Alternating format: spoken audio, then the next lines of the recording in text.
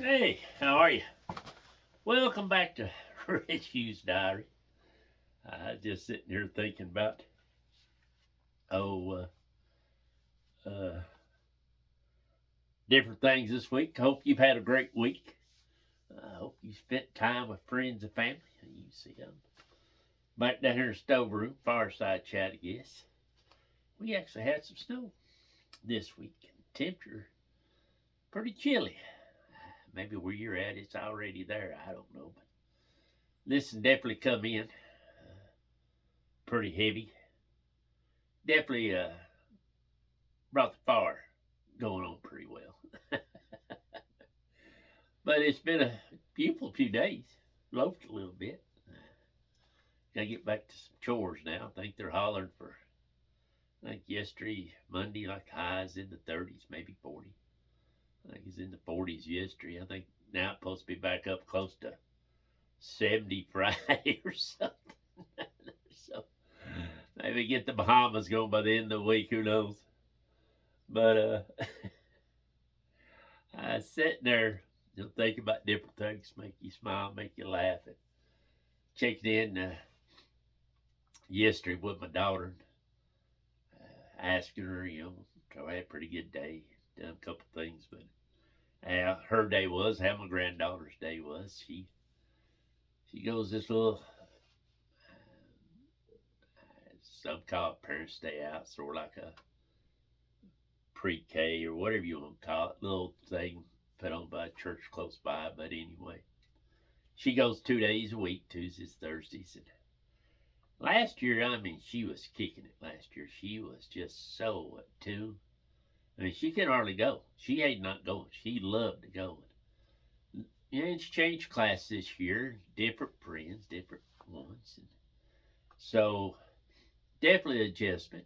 I think last year, a lot of them was all new. This year, maybe, the way the classes are set up, maybe some have been there.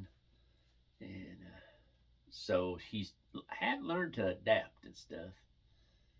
First part, last few weeks, been a little tough on her, been a thing. But I asked her, she goes, well, work was chaotic. You know how that goes. It's just part of it, Dad. And my boss, she's, asked me again about doing a couple of things and about foreigner education, I guess what you call it, doing a couple of things. And hopefully all that would get, she can get that took care of in the next little bit, get lined out about it. But she said, said granddaughter come in. Well, I didn't get I didn't get in trouble at school today, so it was a good day.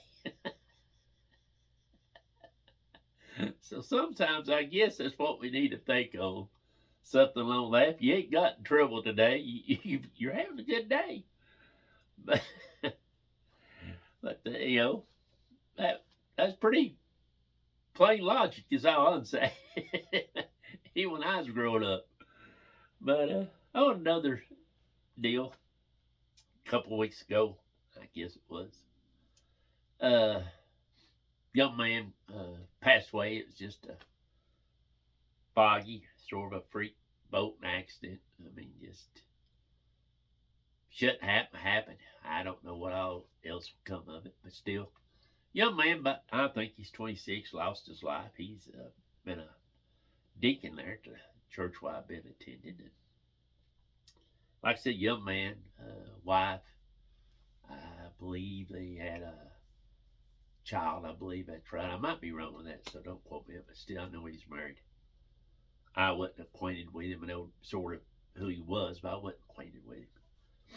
And so at church this past Sunday, they got to talk about different things. And one of his cousins was there, female, and she was talking about how in their families, their family never really was church, going to church type people. And both of them, people had took them, got them going to church and with them and stuff with them, and they was, outside the norm of their family. Most all their family, relatives, stuff, going to church, being part of church was, wasn't them, wasn't raised up in church.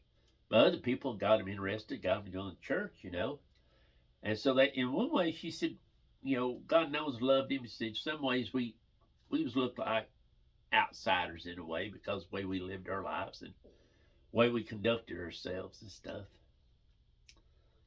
But she said, I sat back there at that service. I was sort of back, and our preacher's talking about, he preached the service. And she said, when he got to the end about, anybody needs to come. If you about being prayed for, you need to find Jesus. You need to be saved. You can come forward. Now this is at a funeral, coffin set up there. Well, she said I sat back and watched, and all of a sudden, you know, one young person stood up. Well, next thing you know, there was a total of 9 young people got saved at that young man's funeral. You know, and that is just, she said, I didn't know what to think. I was so amazed. She goes, I was crying. I was watching the whole thing. I was so happy. She goes, because a lot of these people is people that know him over the years.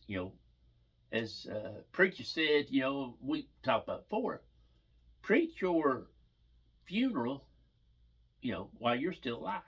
So people know where you stand. They see it in the way you conduct yourself, the way you act. And apparently this young man had. And that woman said, it just hit me, just sitting there watching all this went on. It's a sad day. I lost somebody I truly loved. I've grown up with, I watched him, from the time he's little, grown up. We growed up together. And now he's gone. But now here's 9 young people that I know. She goes, I know where I'll see him again. And there's 9 more people I know I'll see again. She goes, you do not know. She goes, in a lot of ways, he's like my son moved to Ohio and stuff, and said he was sort of like a son to me. Getting a hug from him was like, getting a hug from my son. You just don't know what it meant to me. And to watch all these young people, Lord. And she said, right after the service, she goes, I got meal. She goes, I drove to Ohio just to hug my son, to let him know I love him.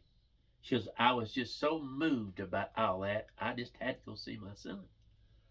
And as my preacher that talked about it, he said, and he spoke on this more after she did, he goes, there's 9 young people. And he goes, I invited them to church, and go to church, whatever. And he's like, there's a few of you, I see you sitting here. First time you've been to this church. But you was there last night. I seen you, give your life to Christ. He goes, and you're more welcome to come back here. Lord knows I'm so tickled to see you here today.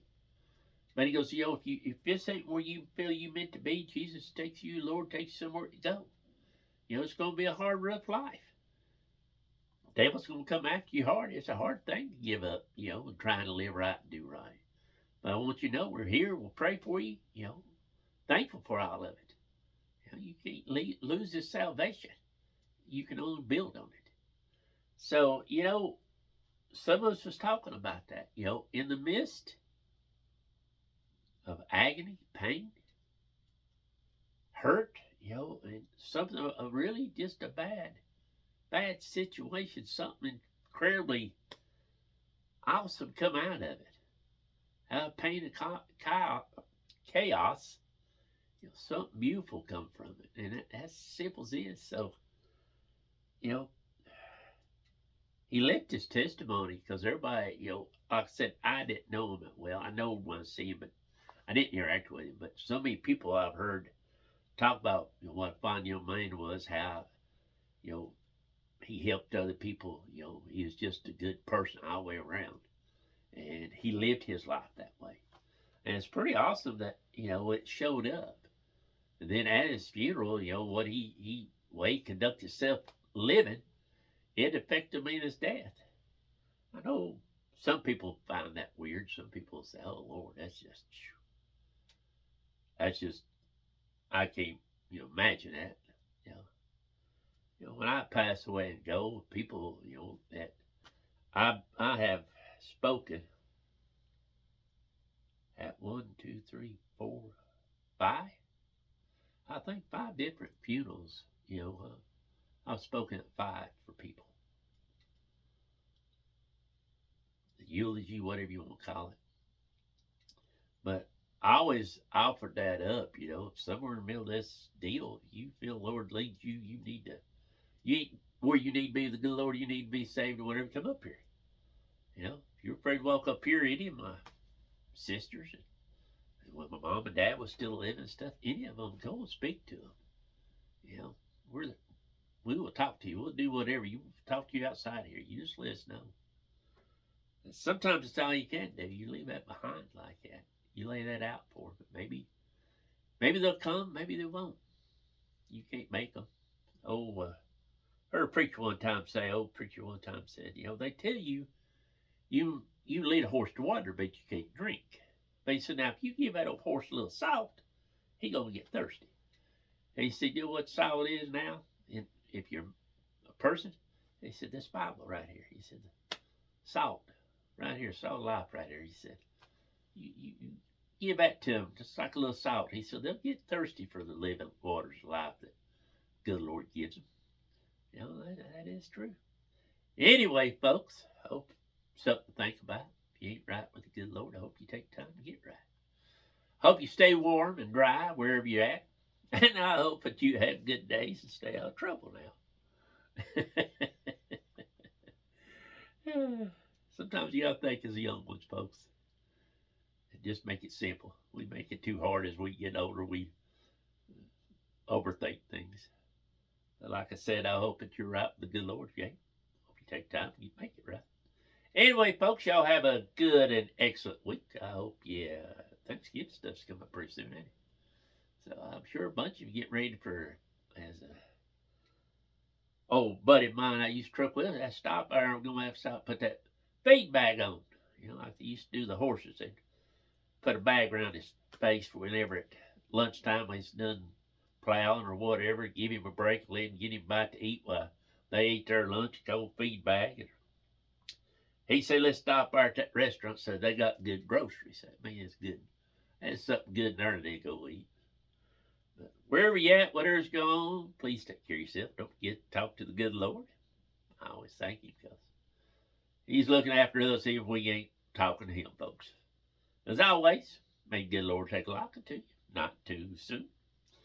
And I hope and pray you have a great week. As always, Austin.